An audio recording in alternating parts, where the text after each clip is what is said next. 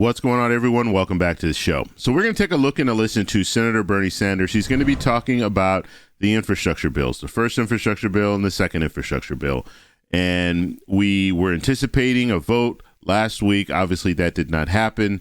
And so now we're looking at a stalemate. And we don't know how long this is going to last. At this point, we don't know where they're going to go. And so we're going to listen to Bernie Sanders explain where he thinks they're going to go. So that's what we're going to talk about in this video. But first off, on this channel, we talk about news that matters. If that sounds like something interesting to you, please subscribe to the channel and hit that little bell notification. That way you'll get notified anytime we put out a video. And like always, if you see my name and a picture of me in the comment section, make sure you also see a check mark next to my name. That check mark signifies that it's me. If you do not see that check mark, it's not me. It's someone trying to impersonate me.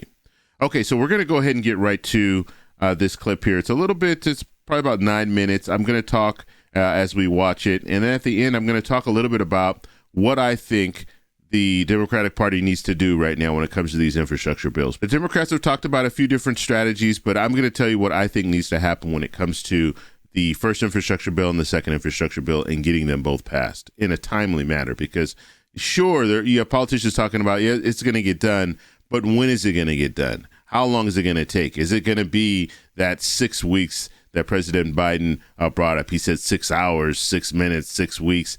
Is it going to be closer to that 6 week period? We can't afford that. So I'm going to explain to you the strategy that I think they should take in order to get this done in a timely fashion. Okay, let's go ahead and take a look at the clip. Here we go. And joining me now, the senator in the middle of it all, budget chairman in the Senate, Bernie Sanders. Senator Sanders, thank you for joining us. The bottom line, where do things stand now?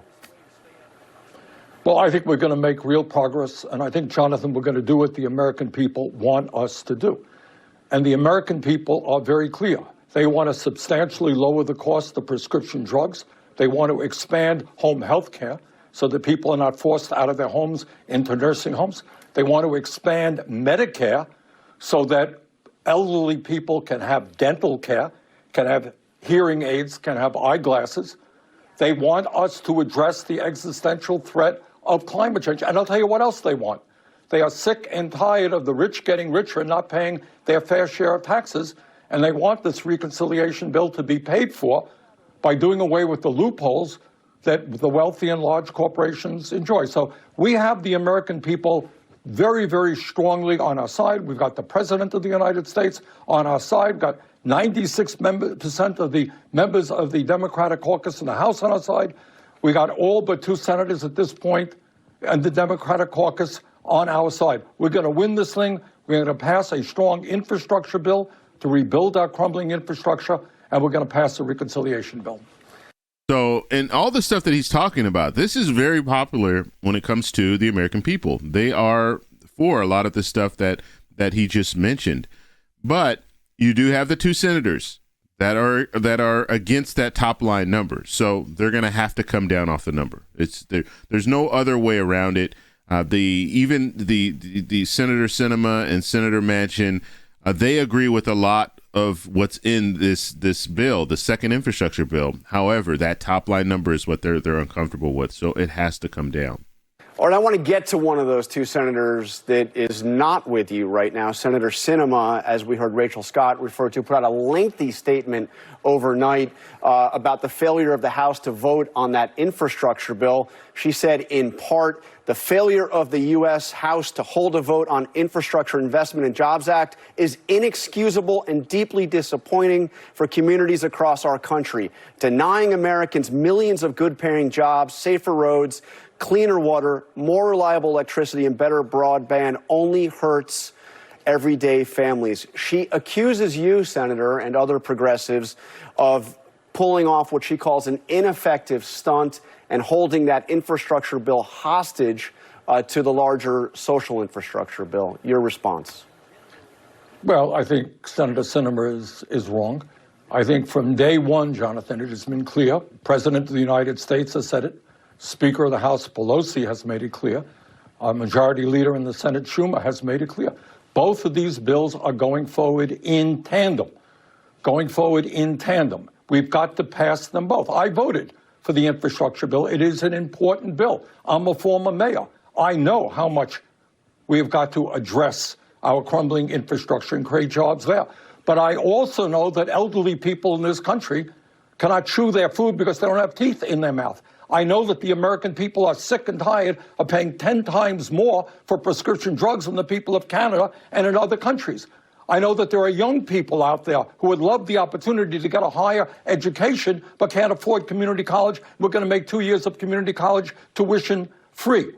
And I also know that the scientists are telling us that if we do not act boldly in terms of cutting carbon emissions, that the planet we're leaving our kids and grandchildren will be increasingly uninhabitable. And let me also say this, Jonathan. We're not just taking on or dealing with Senators Manchin or Senator Sinema. We're taking on the entire ruling class of this country. Right now, the drug companies, the health insurance companies, the fossil fuel industry are spending hundreds and hundreds of millions of dollars to prevent us from doing what the American people want. And this really is a test of whether or not American democracy can work. The Republican Party is bought and paid for by the pharmaceutical industry. They're not going to do anything. But I hope very much, and I expect, that the Democratic caucus and the president, I know he will, stand firm and tell the drug companies, stop ripping us off. Well, tell the insurance companies that the American people need, elderly people need dental care, hearing aids and eyeglasses, people need home health care, our young people need the quality child care that they deserve. So let me ask you about where the president is on this. As I understand it, he has now floated a $2 trillion top-line number on this broader bill. You are at 3.5. I remember you initially wanted closer to $6 trillion. Are you comfortable with the idea of cutting this down to about $2 trillion? No, well, first of all, I'm not sure that that's accurate. As you know, there's a lot of gossip that goes on. What the president has said is that there's going to have to be some give and take, and I think that that's right. I think, if anything, Jonathan, when we especially talk about the crisis of climate change and the need to transform our energy system away from fossil fuel, the $6 trillion that I originally proposed was probably too little.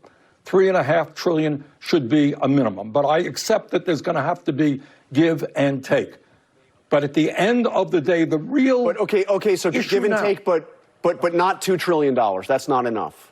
Because the president also said that a smaller investment could create historic achievements. But $2 trillion is not enough.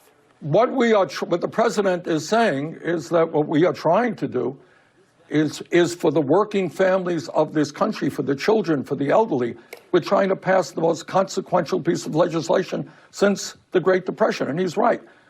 You know. And at this point, and I think what's going to have to start, they're going to have to start focusing on is they're trying to do too much, I think. And this is just my opinion. And when I say they're trying to do too much, you can shorten the timeline and you can have these different programs, these same programs that he's talking about right now, but just for a shorter period of time. And I think they're trying to do too much. And by them trying to do too much on their own without any support from Republicans, it's impossible. Because you don't have Republicans that are stepping up. You don't have the two senators, Senator Sinema, Senator Manchin, that are stepping up. So it's just not going to happen. So I think that they're going to need to come to that reality. We're trying to do too much. Let's do what we can now, and then we can continue doing some more things in the future. So the bottom line is we have got to pass it. We've got to pass the infrastructure bill. And the American people are going to have to stand up. You know what bothers me about this whole thing? Poll after poll shows what we are doing is exactly what the American people want. It's not what the big money interest wants, not what the lobbyists wants. It's what the American people want, and we got to do it. Now, Senator Manchin's the other senator in the middle of this. He's been consistent. We actually had him on this program back in July, and let me play you what he said about his top line number back then. But what's your bottom line? The question is, this is over $1 trillion. The bottom line. Bernie Sanders wants $6 more trillion. Here's what are you? How far are you willing to go? I want to make sure we pay for it. I do not want to add more debt on. So if that's $1 trillion or 1.5 or 2 trillion, whatever that comes out to be over a 10-year period, that's what I would be voting for. So, I mean, basic math tells me if you have Sinema and you have Manchin, both unwilling to go above that. If you just listen, Jonathan, if you just listen to what Manchin said, he said he wants it to be paid for. He's right. I want it to be paid for. And in fact, that is exactly what we are going to do. And if it's $3.5 trillion, we can't pay for it because, as everybody knows, you got some of the wealthiest people in this country who in a given year don't pay a penny in federal income tax. Large corporations don't pay a nickel in federal income tax. So if Manchin wants to pay for it, I'm there. Let's do it. And by the way, you could pay for it at $3.5 trillion. You could pay for it at $6 trillion. We have massive income and wealth inequality in this country. But tax system. As you know, we can do that. I mean, as you know, what he's saying is the only taxes he's willing to go to would give you at most $2 trillion. We also heard. But you see, then that's in. I mean, that's where he is. And Terry McAuliffe, who, of course, is on the ballot running in Virginia, is saying that $3.5 trillion is simply too big. It's going to hurt Democrats. And he thinks it might even hurt him in his own race in Virginia. Well, Terry McAuliffe, I wish Terry McAuliffe the best of luck. I hope he becomes the governor of Virginia again. But let him focus on Virginia issues. Some of us have got to deal with the national issues. And what I am telling you, ask the American people whether or not we should have Medicare negotiating prescription drug prices. Ask them. Ask whether or not we should expand home health care, whether we should make community colleges tuition-free, whether or not we should deal with climate. And when we do all of those things, by the way, we create millions of good-paying jobs. What we are fighting for is precisely what the American people want, and that's what we've got to do. Now, that was Senator Sanders talking about the strategy and where he thinks they should go with this both infrastructure bills. Now, I want to talk about this because I think this is very important when it comes to the different programs that are being offered in the second infrastructure bill, the human infrastructure. So we're talking about hearing, vision, dental for seniors. We're talking about the free community college. We're talking about pre-K. So we're talking about a lot of different things that the American people want. And I talked a little bit about this as the video was playing, but when we're looking at how much we can do in a short period of time, I think we're trying to do too much. I really do. And when you get to the point where you start talking about these top line numbers and you start looking at, okay, are we doing too much? I think at this point we are. And I think what needs to happen is they do need to make it less. They need to drop it from 3.5 trillion down to maybe that 2 trillion that President Biden was mentioning and go that route. And the reason that I'm saying that is you can provide those same programs, provide the same programs, shorten the length of time that those programs will be out there. And once people start getting these different programs, you start going to free community college for 2 years, guess what? 2 years down the road, you can extend it at that point and then allow more people to do it for another 2 years and then continue to extend it. Once people get a taste of it, they're going to want more. And that's how you go about it. That's how you drop this $3.5 trillion bill down to $2 trillion. And then you have the pay force. So it's not one of those things where you're just adding it to the debt. You're actually paying it off. And not only are you paying it off, but if it's successful, people are going to demand it in the future. And that's what we need to see. We need to have a test. We can't just say, okay, we're going to throw all this money at these different programs, not knowing if they're going to be successful. And so you put a little bit in and you go with the 2 trillion and you have these programs started. And if they work, you're going to have people saying, we think there should be vision, dental, and hearing for seniors. That's something that should be a standard. And so if you provide those programs for 2 years, then you can extend the programs after that. So that's why I think we should go about it. Not trying to do too much, but actually do something so people will see the results. And then once they see those results, then you can move forward. So at this point, we're kind of in limbo. I don't know what's going to happen this week when it comes down to it. We're just going to have to watch and see where it goes. But at this point, you have two good bills. You have the first infrastructure bill, that hard infrastructure that will create jobs. You have the second infrastructure bill that will have a lot of help for the American people. I think they're good bills. However, that second infrastructure bill, you're going to have to drop the top line number down in order for it to get through the Senate. That's just the reality at this point. But I want to know what you guys think, so let me know down below. If you like this video, please give me a thumbs up. Please subscribe for more, and I'll talk to you in the next one. Bye.